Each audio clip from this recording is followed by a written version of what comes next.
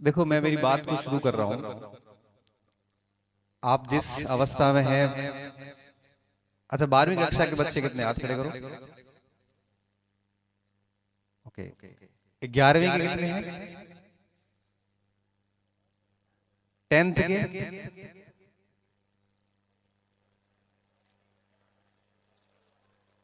9th के? कम है 9th के बच्चे ना। हाँ, अच्छा कम आए हैं। क्यों? अच्छा ऐसे बाउंडेड नहीं किया कि नहीं आना ही पड़ेगा आपको ऐसे। चलो अपन बात शुरू करते हैं, समय खराब नहीं करें आपका।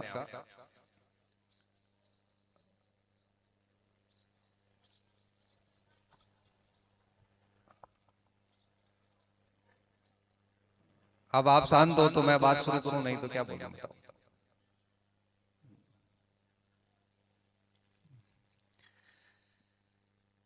देखो बच्चों, ऐसा है कि जीवन में अनुशासन बेहद जरूरी होता है।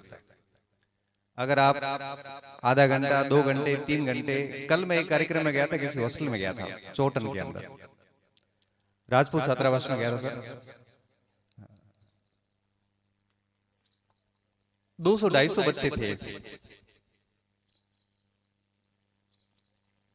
लगभग 3 बजे कार्यक्रम शुरू हुआ और 7 बजे कार्यक्रम समाप्त हुआ।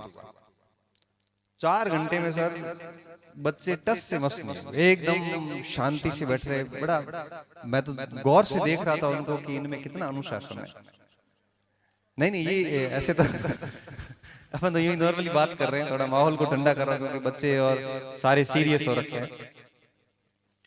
अनुशासन बेहद जरूरी होता है जीवन में। देखो, नौकरियां लगना, करना, पढ़ना, करना, ये सब बाद की बातें हैं।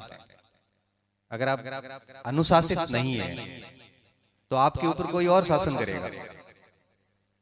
या तो आप स्वशासित होइए, अनुशासित रहिए, या आपको पर शासित होना पड़ेगा, किसी और के अधीन रहना पड़ेगा। और ये जो स्कूली लाइफ होती है, इसमें शिक्षा और संस्कार दोनों सिखाए जाते हैं। शिक्षा आपको आगे ले जाती है, संस्कार आपको प्रतिष्ठित करते हैं। जितने अच्छे संस्कार होंगे, देखो आप कहीं पे भी जाते हैं तो शिक्षा बाद में दिखती, संस्कार पहले दिखते हैं। मान लो मेरे से कोई आके मिला तो मैं उससे सीधा जीके का सवाल थोड़ी पूछूंगा। मैं उससे नॉर्मल 2 मिनट बात करूंगा और 2 मिनट की बात में मुझे पता चलेगा कि इसके एटिकेट्स कैसे हैं, संस्कार कैसे हैं। और संस्कारों से तय होता है कि हम एक मनुष्य के रूप में कितना स्थापित होने वाले हैं। मैं एक ऐसा शिक्षक हूं जो नौकरी से अधिक तवज्जो एक अच्छे व्यक्ति बनने पर देता हूं। क्योंकि अगर आप जीवन में बहुत पढ़ लिए और एक कलेक्टर भी बन गए, लेकिन अगर आपके अंदर व्यक्तित्व के गुण नहीं है अच्छे, अगर अच्छे संस्कार नहीं है, तो आप आईएएस बन के भी कोई काम के नहीं है। इसलिए कई बार मुझे कॉलेज में भी कहना पड़ता है, क्योंकि आप जैसे यहाँ से पास होके बाहर निकलोगे तो आप हमारे पास आएंगे, सीधी सी बात है। कोचिंग की बात नहीं कर रहा हूँ, कॉलेज में भी आओगे तो सही ना। हम आगे कॉलेज में बैठे हैं, यहाँ आप ठीक होते हैं, मई जून तक आप यहाँ रहते हैं, अप्रैल तक, जुलाई में आपका कॉलेज में एडमिशन होता है। और कॉलेज में एडमिशन के साथ ही आपके अंदर पता नहीं कौन से चेंजेस आते हैं। वहां आने के बाद स्टूडेंट बिल्कुल अलग हो जाता है, न किसी की बात सुनता है, पढ़ाई वढ़ाई से उसका दूर दूर का कोई नाता नहीं, विभिन्न सारी गलत संगत में पड़ जाता है। जिन बच्चों पे यहाँ पे शिक्षक मेहनत करके 90%, 95% बनाते हैं, वही स्टूडेंट वहां वार्ड में आके, कॉलेजेस में आके, कुछ बच्चे ऐसे होते हैं वो ठीक रास्ते चलते हैं, अधिकांश ऐसे होते हैं जो गलत रास्तों पे चल पड़ते हैं। और गलत रास्तों पे चलने के बाद स्थिति ये होती है कि व्यक्ति स्वयं को बर्बाद कर देता है। आपकी बर्बादी और आपकी आबादी, ये दोनों आपके ऊपर निर्भर होते हैं।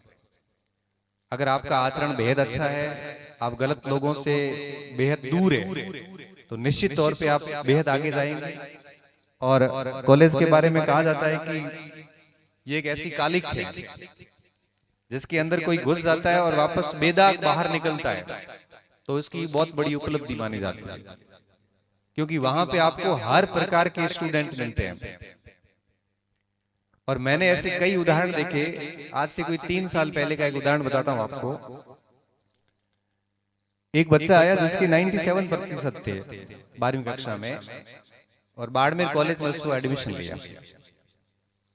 97% अपने आप में बहुत बड़ा आंकड़ा होता है। आप सोचो उसके ऊपर गुरुजनों ने कितनी मेहनत की होगी। वो बच्चा बाड़मेर आने के बाद क्या होता है कि 2-1 महीने क्लास में आता है। 2 महीने के बाद में मुझे 97 का कैसे पता, पहले दिन जब मैंने क्लास शुरू करी तो मैंने कुछ विषय के प्रवेश के साथ कुछ प्रश्न किए, उसने बड़े अच्छे आंसर दिए। तो मैंने पूछा उसको, तो उसने कहा सर मैं इस विद्यालय से आया हूं, मेरे 97% हैं, ये गुरुजी मुझे पढ़ाते थे, सारी बात उसने मुझे बताई। तो एक होशियार बच्चा होता है तो जनरली शिक्षक की नजरों में आ जाता है, जैसे वो मेरी नजर में आ गया। 2-1 महीने वो क्लास में आया। उसके बाद क्या होता है कि वो धीरे धीरे उसके कक्षाओं में आने की फ्रिक्वेंसी कम हो गई। पहले नियमित रूप से आ रहा था, फिर दूसरे चौथे दिन आने लगा।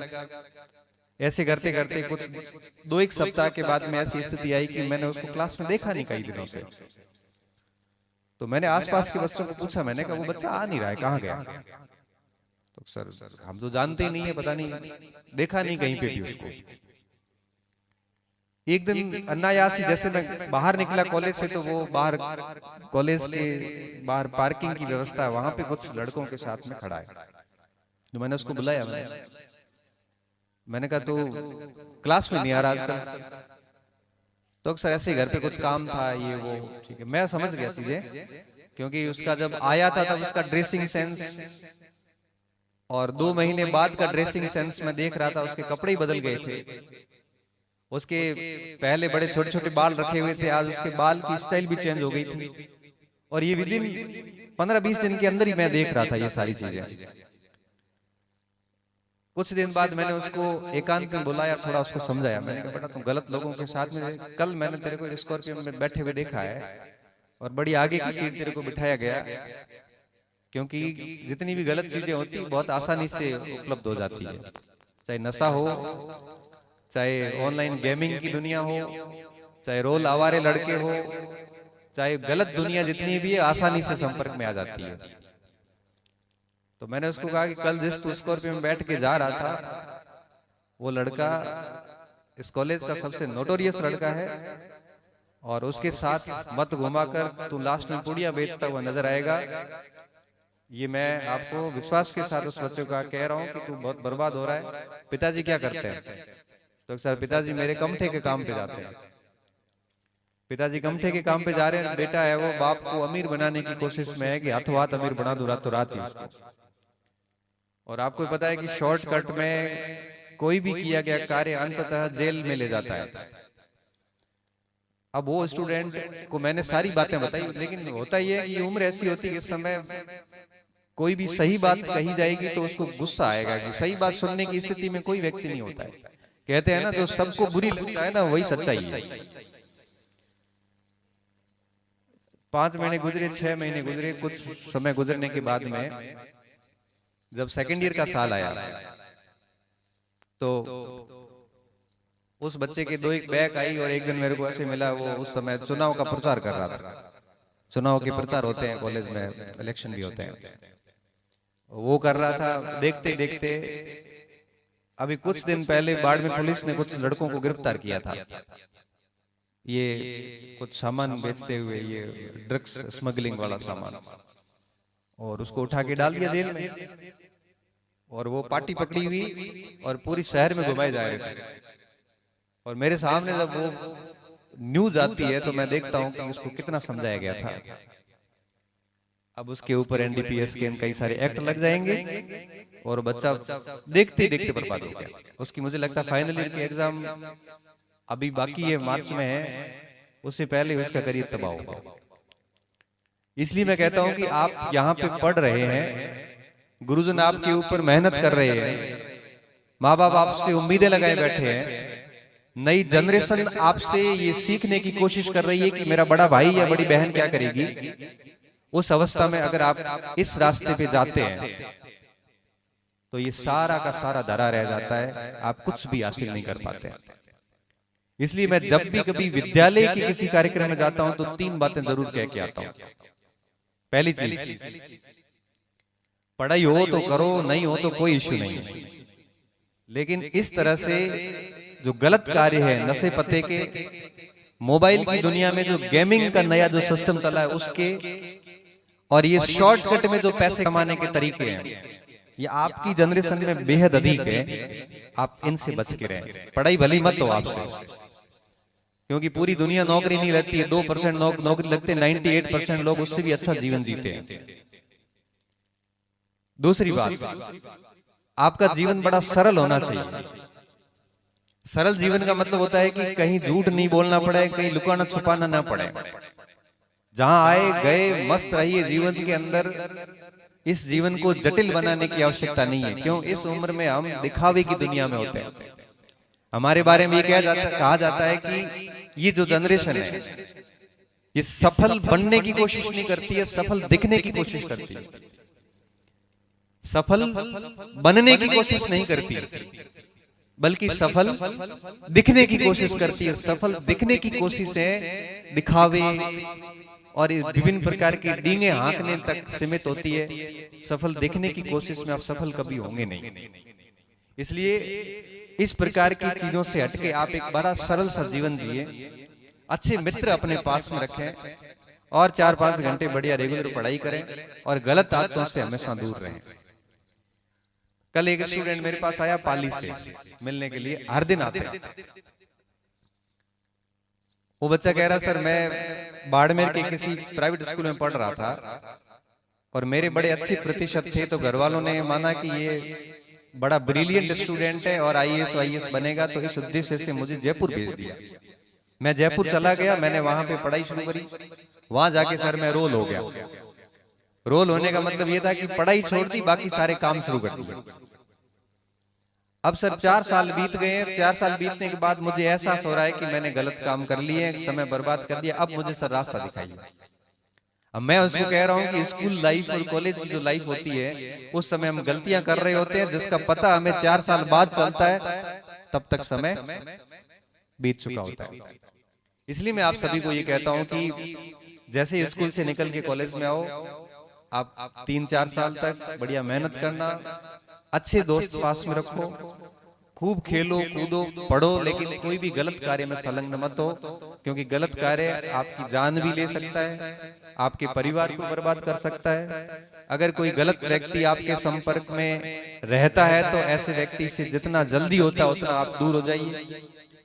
तभी आप है वो अपने आप को एक अच्छे व्यक्ति के रूप में स्थापित कर पाएंगे।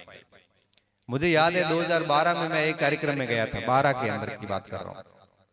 तो वहां पे मैंने 10वीं कक्षा के कुछ बच्चों को इनाम दिए थे, जिनके फर्स्ट डिवीजन बने थे या कुछ ठीक परसेंटेज बने थे। 2024 में सर मैं एक कार्यक्रम में गया, तो वो स्टूडेंट वापस आके मुझे कहता है, वो मेरे साथ ही मंच पे ही मंच साझा कर रहा था, क्योंकि अभी वो तहसीलदार बन गया। मुझे याद नहीं रहा कि वो बच्चा 10वीं कक्षा में मेरे से सम्मानित हुआ था। हमारे को याद सच में नहीं रहता, क्योंकि हम पता नहीं कितने कार्यक्रम में जाते हैं। अब क्या हुआ, हम ऐसे पास में बैठे थे, तो उसने कहा कि सर आप तो मुझे नहीं जानते, लेकिन मैं कुछ बताना चाह रहा हूँ आपको। मंच पे हम यूं ही बात कर रहे थे, तो उसने कहा कि सर 2010 के अंदर, सॉरी 2002 के 12 के अंदर मैं 10वीं कक्षा पास करके आया था और आपने हमें एक फाइल देके सम्मानित किया था। पूरी सारी चीजें बात बताई, और पिछले बैच में उसका राजस्थान तहसीलदार सर्विस में RTS में सिलेक्शन हुआ। तो मैं जैसे वो मंच पे गया तो वो मेरे पैर छुए उसने।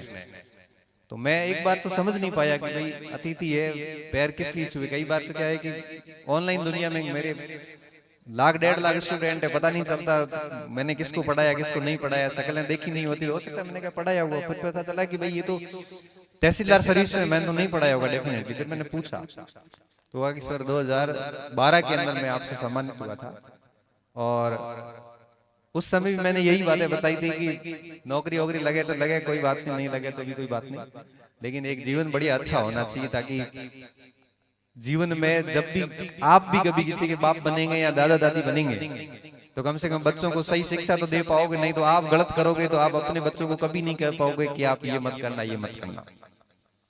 तो उस स्टूडेंट ने मुझे क्या बात कही, उसने कहा कि सर 2012 के बाद से मेरी पढ़ाई धीरे धीरे चलती रही, उसके बाद उसने अपनी यात्रा बताई और पहले अटेम्प्ट में उसका तहसीलदार सर्विस में सिलेक्शन हो गया।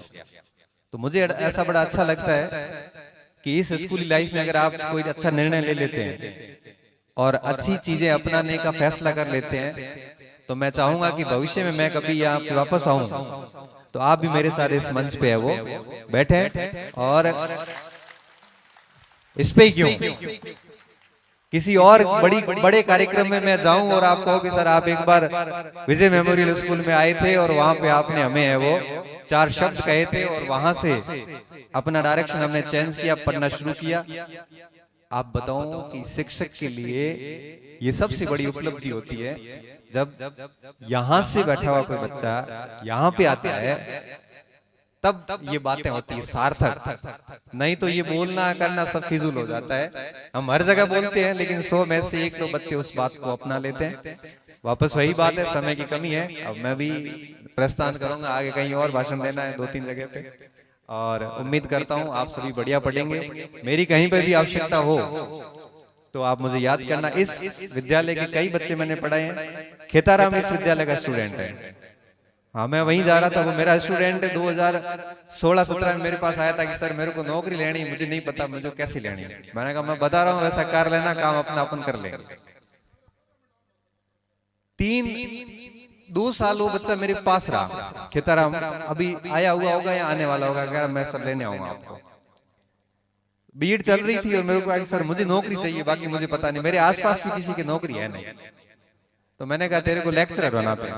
उसने कहा सर लेक्चरर? मैंने कहा लेक्चरर हो जाएगा, क्यों नहीं होगा, मेरा भी तो हुआ है। मैं 10वीं में 49% लेके आया था, 50 में से 1 कम। तेरे कितने हैं? तो उसने तो ठीक बताया। मैंने कहा तेरे तो अच्छी परसेंटेज है। फिर 12वीं में मैंने खूब मेहनत की, उसके बावजूद भी मेरे तो 61 बने। मैं तो बड़ा जीवन में मस्त व्यक्ति रहा हूँ, जहाँ खेलना था खेलता हूँ, जहाँ नृत्य करना नृत्य कर लेता हूँ, गीत गाना है गीत गा लेता हूँ, पढ़ना है वहां पढ़ लेता हूँ, कहीं वाद विवाद करना है तो वाद विवाद कर लेता हूँ, कहीं भाषण देना है तो भाषण दे देता हूँ। तो जब मेरा हो सकता है तो तेरा क्यों नहीं हो सकता? तो सर आपको गाइडेंस मिला होगा। मैंने कहा मेरे को कोई गाइडेंस नहीं मिला, तेरे को मैं मिल रहा हूँ ना, मैं बताऊं वैसा कर लेना, अपना काम हो जाएगा। वो आया आरएएस बैच में आया था उस समय, मैंने बुक्स बताई। सर वो इतना सिंसियर बच्चा, अब बच्चा तो क्या रहा, अब तो राजपत्रित अधिकारी है, पर मेरे लिए वो आज भी बच्चा ही है। इतना सिंसियर की जैसा कहा वैसा ही किया। ये अरियंत पढ़नी अरियंती पढ़नी, इसके लिए ये किताब पढ़नी थी यही पढ़ी, पढ़ता गया सीधी लेक्चर की करवाई। उसकी हिम्मत देखो, उसने कहा कि मेरे पे गुरु पे ऐसे भरोसा करते हैं, भरोसा पूरा कर लिया। और अब क्या हुआ कि BA इसकी फर्स्ट ग्रेड की परीक्षा आई और इसके बीएड और एमए का उस समय तक रिजल्ट कुछ आया हुआ नहीं था। मेरे को आया सर मैं तो पात्र नहीं हो रहा हूँ, कैसे होगा? मैं हो जाएगा, रिजल्ट आ जाएगा, टेंशन मत लेना। और परीक्षा हुई, परीक्षा के बाद में पहले अटेम्प्ट में उसका ज्योग्राफी के अंदर स्कूल लेक्चरर में बढ़िया रैंक से सिलेक्शन हो गया। तो आज सुबह फोन आया तो मैंने कहा कि उसने कहा सर आ जाओगे 1 बजे तक। मैंने कहा मैं विजय मेमोरियल स्कूल में जाऊंगा। तो सर वो तो मेरा पूरा स्कूल है, मैं वहाँ का एलुमनी हूँ। तो मैं और भी गौरव की बात है कि मैंने यहाँ के एक एलुमनी, ऐसे कई एलुमनी होंगे पर एक मुझे याद है। तो ऐसे कई बच्चे आप में से हमारे पास आते हैं और अगर गुरु के प्रति श्रद्धा रख के आप काम कर लोगे तो मैं आपको कह सकता हूँ कि आप जीवन में कभी भी असफल नहीं होंगे। वो बहुत जरूरी है। मैं 12वीं कक्षा में था तो हमारे अशोक जी मीणा सर थे। मैं मीणा जी के पास में गया। मीणा जी बिल्कुल नए फ्रेश प्रोफेसर बन के आए थे, स्कूल लेक्चर बन के आए थे, जिनकी उम्र 22-23 साल मुश्किल से रही होगी। इतनी छोटी उम्र में स्कूल लेक्चर को देखे तो हम भी प्रभावित हुए कि सर से बात करते हैं। तो सर ऐसे नीम के नीचे बैठे थे, कुर्सी लगा के कॉपियां चेक कर रहे थे। हम सर के पास गए, मैंने कहा सर ये आपकी उम्र कितनी है? अब गुरुजी को सीधी उम्र पूछने का मतलब क्या है? उसने कहा इधर मुर्गा बन। हाँ मुर्गा बन गए। फिर उन्होंने क्या खड़ा हो, ये क्यों पूछा? मैंने कहा सर इसलिए पूछा कि आप बहुत छोटे लग रहे हो और कैसे बने हो, मतलब क्या किया था ऐसा? तो कुछ नहीं, एमए किया, बीएड किया, भर्ती आई, नौकरी लग गई और खूब तैयारी करी, किताबें पढ़ी। तो सर हमने कहा सर हमें भी ये लेक्चरर बनना है स्कूल में।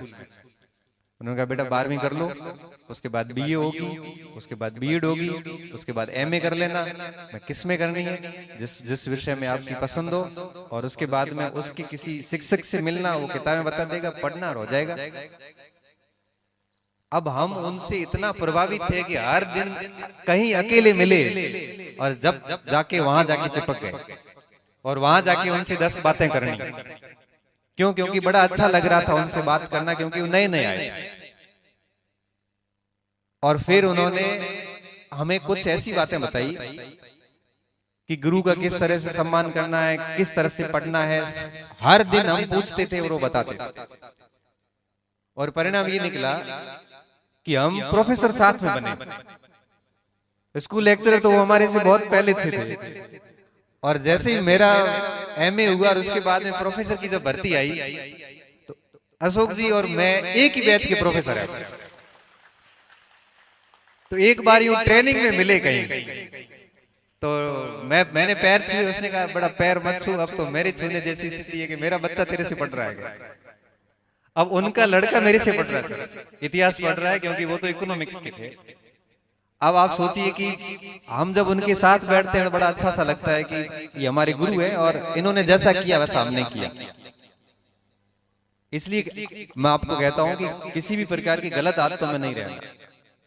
जैसा अपना गुरु कहता है, किसी एक दो ऐसे अच्छे मोटिवेटर पास में रखिए, उनकी अंगुली पकड़ लीजिए, बस उनको छोड़ना नहीं है।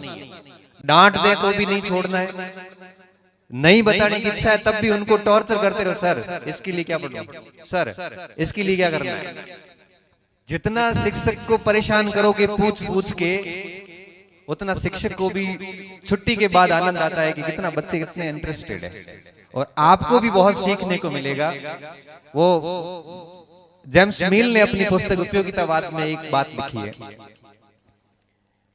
कि एक असंतुष्ट, जो एक संतुष्ट मानव होता है ना, उससे बेहतर एक असंतुष्ट सूअर होता है, और एक संतुष्ट मानव से एक असंतुष्ट सुकरात होना ज्यादा बेहतर है। थोड़ी बात गहरी होगी, लेकिन मैं बताने की कोशिश कर रहा हूं कि मनुष्य संतुष्ट हो जाने के बाद में जीवन में पिछड़ जाता है। इसलिए हमेशा असंतुष्ट रहना चाहिए, और वही व्यक्ति प्रोग्रेस करता है जो अपनी वर्तमान स्थिति से असंतुष्ट होता है। इसलिए कहते हैं जितने आप असंतुष्ट रहेंगे उतने आप और पूछोगे लोगों से, जितना पूछोगे और सीखने को मिलेगा, और जितना सीखने को मिलेगा उतना ही आप आगे बढ़ते जाओगे। तो अपने गुरुजनों का खूब सारा उपयोग लीजिए, अपने गुरुजनों की बात को मानिए, जीवन में खूब पढ़िए, और अपना ही नहीं बल्कि पूरे समाज, परिवार और विद्यालय का नाम रोशन करिए। जब हम स्कूली जीवन में थे, जब मैं स्कूली जीवन में था उस समय, तो हमने किसी को गौरवान्वित महसूस नहीं करवाया, न हमारे से शिक्षक कोई ज्यादा खुश थे।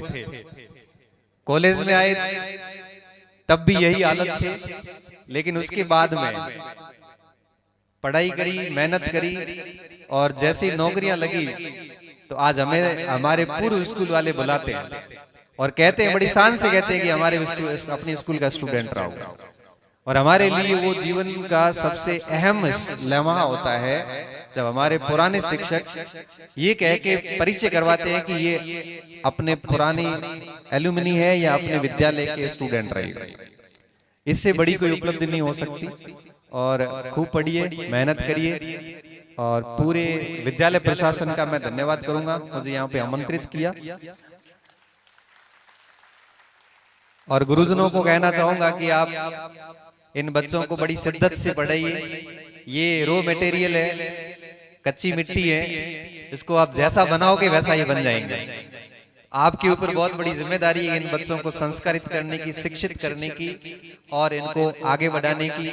उस भूमिका का आप बढ़िया निर्वहन कर रहे हैं और बढ़िया करिए, अपडेट रहिए और इनको पढ़ाइए। मैं तो कहता हूँ जितना ज्यादा पढ़ाओगे उतना आपका कद और बढ़ता जाएगा। बहुत बहुत धन्यवाद। जय हिंद, जय भारत।